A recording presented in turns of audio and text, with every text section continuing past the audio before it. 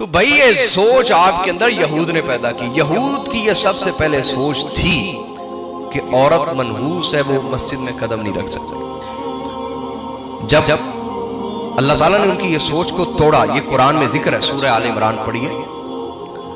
हजरत इमरान की ज़ौजा ने कहा कि अल्लाह मेरे पेट में जो भी बच्चा है या बच्ची है मैं उसको तेरे लिए वक्फ करती हूँ, मैं उसको तेरे लिए वक्फ करती हूँ। मैं उससे अपने जाती काम नहीं लूंगी, कोई दुनियावी काम, कोई हांडी रोटी, कोई कपड़े धोना बनाना, कुछ भी अपना जाती काम वो तेरे लिए वक्फ होगी, जो भी मेरे पेट में होगा या होगी। तो अल्लाह ताला फरमाते फलम्मा वदअत, बस जब डिलीवरी हुई, वज़अ हमल हुआ, तो वो बच्ची पैदा हुई। बच्ची पैदा हुई तो वो परेशान हो गई। हजरत इमरान की ज़ौजा, हजरत इमरान इंतकाल कर चुके थे, अल्लाह के नबी थे। हजरत मरियम के वालिद अल्लाह के नबी थे। हजरत ईसा अलैहिस्सलाम के नाना जान अल्लाह के नबी थे, और हजरत ज़करिया भी उनके शागिर्द थे। हजरत ईसा के जो नाना थे हजरत ज़करिया उनके शागिर्द, और तमाम उलमा यहूद उनके शागिर्द थे। और हजरत इमरान ये कह गए थे कि मेरे बाद जो बच्चा आएगा वो मसीह होगा, मसीह नजात दिलाएगा बनी इसराइल को, बनी इसराइल को नजात दिलाएगा। अब हुआ ये, अल्लाह ताला ने एक तरफ उनके ईमान को आजमाया, दूसरी तरफ उनके अंदर ये जो कुफ्र पैदा हो चुका था औरतों के मुतल्लिक कि इनका कोई हक नहीं कि अल्लाह के घर में आए, इनका कोई हक नहीं किसी दर्स में शरीक हो या तौरात सुने भी, तौरात सुनने का भी इनका कोई हक नहीं है। समझ आ रही है नहीं? और जब औरतों को हैज आता, मेंसेस आते, माहवारी आती, तो वो अपने घरों से औरतों को निकाल देते। उन्होंने बाकायदा ऐसी जगह बनाई होती जहां जाके औरतें हैज के अयाम काटती थी, वो उनको बड़ा नापाक समझते। समझ रही है नहीं? तो ये हमारा दीन में बेहयाई की बातें नहीं कर रहा। बेहयाई वो है जो हम घरों में देख रहे हैं और अपनी बेटियों और बहनों को दिखा रहे हैं और हमें शर्म नहीं आ रही। तो नबी अलैहिस्सलाम से पूछा गया, या रसूलल्लाह हैज की हालत में, माहवारी की हालत में औरत से क्या ताल्लुक रख सकते हैं? हुजूर ने फरमाया यहूदी जो थे वो उनको अपने घरों से निकाल देते थे हैज जब आता था, और ईसाई जो थे वो उनसे जिमा करते थे, कुर्बत करते थे, इंटरकोर्स करते थे। औरत को तकलीफ होती थी और उनकी वो एक वहशत पूरी होती थी उससे, जैसे किसी का जख्म रगड़ दिया जाए, मसल दिया जाए। तो हुजूर ने फरमाया हमारा जो दीन है, जो हमारी शरीयत है, वो ऐन फितरत के मुताबिक है। तुम अपनी औरतों को ना घरों से निकालो, ना उनके बर्तन अलहदा करो, ना उनके खाने के बर्तन अलहदा करो, ना पीने के बर्तन अलहदा करो, ना उनसे बिस्तर जुदा करो। फरमाया सिर्फ जिमा छोड़ दो, बाकी हर अमल अपनी बीवी के साथ रख सकते हो, कुर्बत नहीं कर सकते, जिमा। तो आका अलैहिस्सलाम ने फरमाया बाकी उनको घरों में रखो, अपने बिस्तर पे अपने साथ सुलाओ, उन्हें मनहूस ना समझो। समझ आई या नहीं आई? बोली है। तो ये यहूद ने एक सोच बनाई हुई थी, अल्लाह ताला ने दोनों सोचें उनकी तोड़ना चाहिए। हजरत इमरान ने कहा हुआ था मेरे बाद जो बच्चा आएगा वो मसीह होगा। पैदा हुई बच्ची हजरत मरियम अलैहिस्सलाम, उन्होंने कहा देखो सारी उम्र हम इससे पढ़ते रहे, उलमा यहूद ने कहा हम इसको नबी समझते रहे, हमारे साथ झूठ बोल गया। अल्लाह की आजमाइश किसी भी तरीके से हो सकती, याद रखे कि अल्लाह ने डायरेक्ट बेटा नहीं दिया बल्कि इंतहाई पकीजा बेटी दी, और उस पकीजा बेटी से अल्लाह ने अपने रूह हजरत ईसा को पैदा किया। आजमाना चाहा ना कौम को। हजरत मूसा अलैहिस्सलाम ने कहा कुरान में है मैं 30 रातों के लिए कोहे तूर पे जा रहा हूं। उन्होंने कहा ठीक है हमें इंतजार रहेगा। जब 30 रातें वहां गुजरी, अल्लाह ने फरमाया मूसा कहां जा रहे हैं, 10 रातें और मेरे पास रुक जाए ना। अब कौम को क्या कहते थे 30 रातों बाद आऊंगा, कौम की आजमाइश अल्लाह ने करनी चाहिए।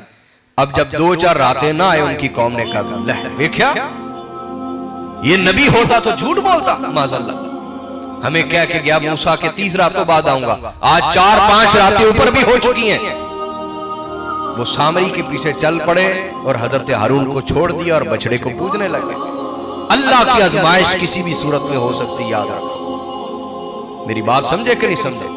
सुसन किसी दुर्वेश अल्लाह वाले के साथ बंदा जुड़ा हो तो मोहतात रहे, उसको किसी भी तरीके से आजमाया जा सकता। समझे कि नहीं समझे?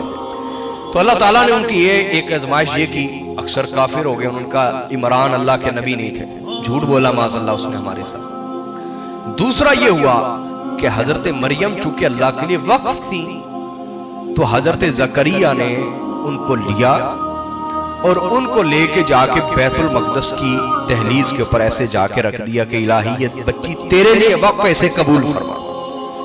2-4 दिन की बेटी है, 2-4 दिन की बच्ची जैसे मस्जिद में जाके हजरत जकरिया ने रखी, तो चूंकि बाकी उलमा यहूद भी हजरत जकरिया के साथ पढ़ते रहे, क्लास फेलो थे, अल्लाह ने इनको नबी बना दिया, उनको नबूवत के लिए ना चुना।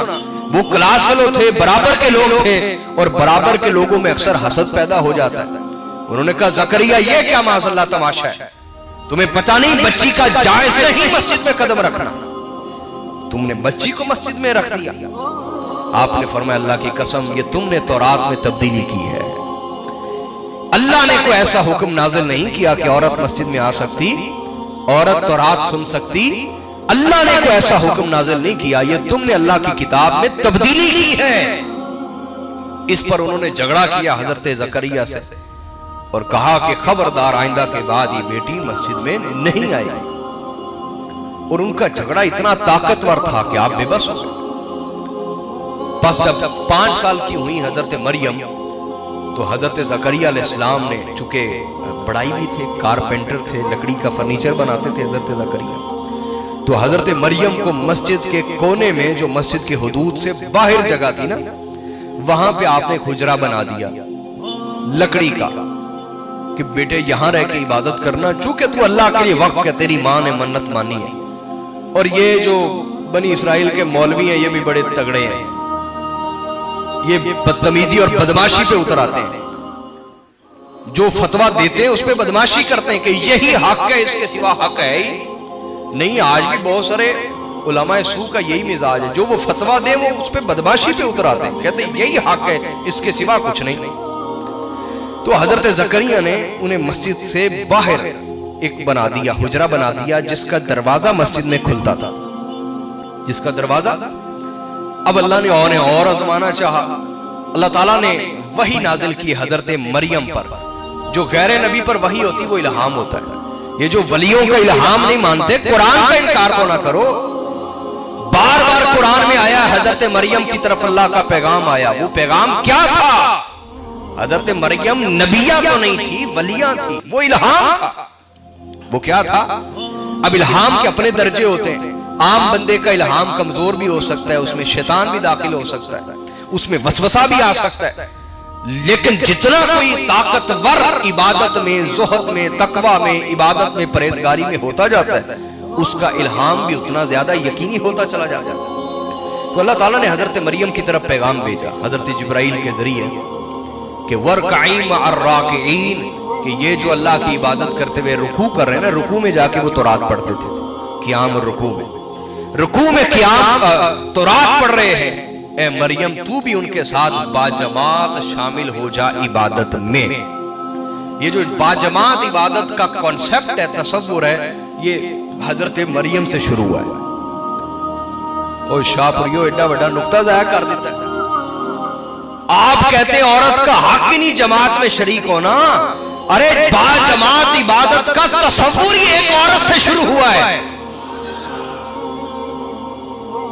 समझ आई कि नहीं आई? आप औरतों को शरीक नहीं करना चाह रहे ना इबादत में, बाकी वो खराबियों में शरीक है, ड्रामों में शरीक है, फहाशी में शरीक है, अयाशी में शरीक है, बर्बादी में शरीक है, लड़ाई में भी शरीक है, इबादत में शरीक नहीं हो सकती। इज्तिमाई इबादत का जो पहला हुक्म है, इज्तिमाई इबादत और मिल के इबादत करना और जमात की सूरत में इबादत करना, ये तो शुरू ही एक औरत से हो रहा है। आप कहां की ज़हनियत और कौन सा दीन लिए फिरते हैं? कौन सा दीन है आपके पास? सोचने की बात है या नहीं? मैं अक्सर ख़वातीन के दर्स में ये बात करता हूं कि नबी अलैहिस्सलाम ने 6 दिन मुकर्रर किए हुए थे मर्दों के लिए। 6 दिन मुकर्रर किए हुए थे, और जिन दिनों मर्दों की बारी होती दीन सीखने की, तब औरतें भी आती थी मस्जिद में। और एक दिन मुकर्रर किया हुआ था ख़वातीन के लिए, उस दिन मर्दों को आने की इजाजत होती नहीं थी। तो ज्यादा टाइम हुजूर किन को दे रहे थे, मर्दों को या औरतों को? 6 दिन भी वो शरीक हो गई और एक दिन उनके लिए अलहदा से भी मुकर्रर हो गया, तो ज्यादा टाइम किसको दिया जा रहा था? यही वजह है कि यूरोप, यहूद, कुफार आपकी औरतों पे ज्यादा मेहनत कर रहे हैं। उन्हें पता आप भोले वाले हैं, आप जितना मर्जी दीन जुमे से सुनाएं, जो आपकी औरत ने कहना होना घर में वही है। समझ आ रही है नहीं आ रहा? ये इंसान, मैं अक्सर एक लतीफा भी सुनाता हूं, लेकिन अलमिया हमारे मुआशरे का, मैं कहता हूं दो झूठ ऐसे हैं, एक झूठ मर्द बड़े फख्र से बोलता है और एक झूठ औरत बड़े फख्र से बोलती है। मर्द बड़े फख्र से झूठ बोलता है, मैं अपनी मर्जी करना, मैं अपनी मर्जी करना, हालांकि चलती चलती इसकी घर में कोई नहीं, बड़े फख्र से ये झूठ बोलता है। और दूसरा, औरत बड़े फख्र से झूठ बोलती है, वो कहती मैं उनकी इजाजत के बगैर कोई काम नहीं करती, उनकी इजाजत के बगैर कोई काम नहीं करती। तो ये दूसरा झूठ है जो औरत बड़े फख्र से बोलती है।